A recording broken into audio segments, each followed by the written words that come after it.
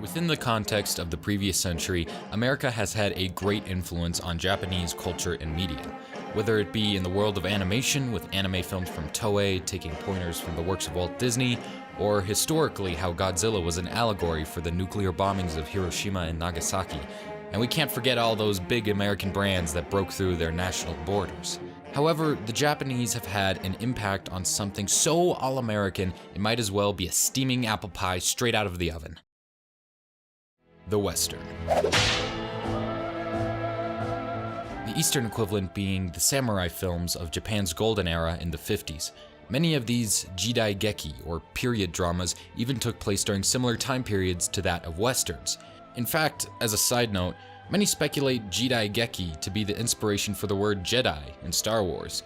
When you think about it, Jedi are essentially space samurai, and Lucas has gone on record before stating his love for Akira Kurosawa's work, but that's a discussion for another day. However, Kurosawa's films have not only been a large source of inspiration for a galaxy far, far away, but the Wild Wild West as well. So inspirational, in fact, that there have been not one, but 2 Western remakes of his films. Well, 3 if you include the 2016 adaptation of Magnificent Seven, but that's a remake of a remake, and I don't want to deal with the semantics. It wasn't that good anyways. For now, we're gonna focus on Yojimbo, and its 1964 counterpart, A Fistful of Dollars, directed by spaghetti western vanguard Sergio Leone. Yojimbo, or Bodyguard, follows a samurai without a name nor master, who wanders aimlessly into a village only to be immediately caught up in a gang war.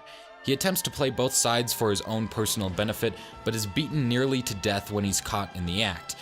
The innkeeper that's been aiding him along the way is strung up to have the samurai's location extorted from him, but the samurai returns to save the day. Of course, it's a bit more nuanced than that, but that's the gist of the film. A Fistful of Dollars, in comparison, is a near beat-for-beat, and at times shot-for-shot copy of Yojimbo. But in combining the core story from a film that originated in a wildly different culture with established Western tropes which, after decades, have been nearly perfected, many audiences of the genre experienced a new type of Western. One very notable differentiation that we see in Fistful was the proliferation of the anti-hero. The man with no name is by no means a saint, fighting in a manner that could be considered more grounded than the almost fairy tale-like cowboys of earlier decades.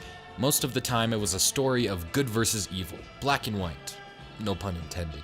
The honorable hero who could do no wrong defeats the villain, gets the girl, and rides off into the sunset happily ever after.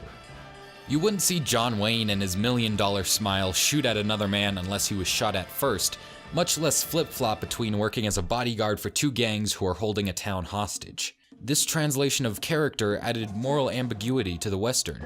Mercenaries, scoundrels, gamblers, these were the people we're supposed to root for. And while yes, Eastwood's character still holds a spark of humanity, it won't stop him from playing mind games with his opponent to see who's the quicker gun. Go ahead, load up and shoot. Or kill 4 men to impress a potential employer. Albeit, they weren't really good guys, but whatever. And that plays into another point of influence taking place into the genre. There was much more of a willingness to depict graphic violence than in past Westerns. From the 30s to the late 60s, a set of industry standards in the American film space deemed what was appropriate to put in films and what was unacceptable, including depictions of sexuality, vulgarity, and senseless gratuitous violence.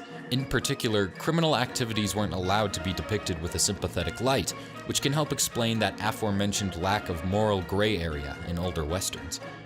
Japanese films, on the other hand, never had to abide by the code, producing a filmmaking environment that was surprisingly liberal in what's generally thought of as a very conservative society. So the same year, Disney was depicting this lovable Skye Terrier who was loyal to no end in Greyfriars Bobby. This dog from Yojimbo was chewing on a severed hand like an old tennis ball. Perhaps that's not the best example, but I think you get the point.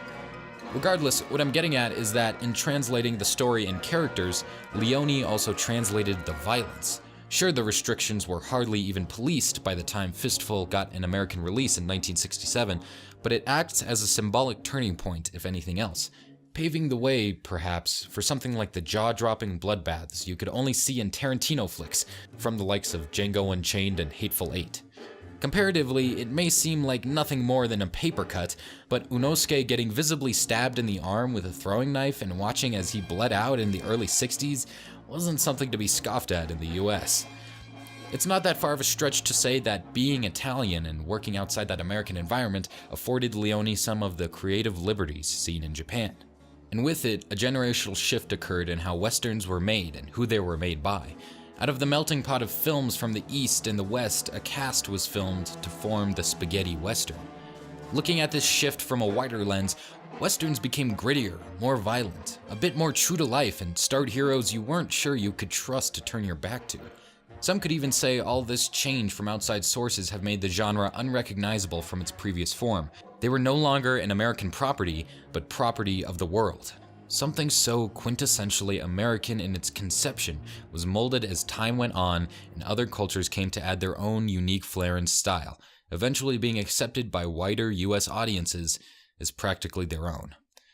I don't know what's more American than that. Except maybe FDR in a machine gun wheelchair gunning down Nazi werewolves. That's pretty American.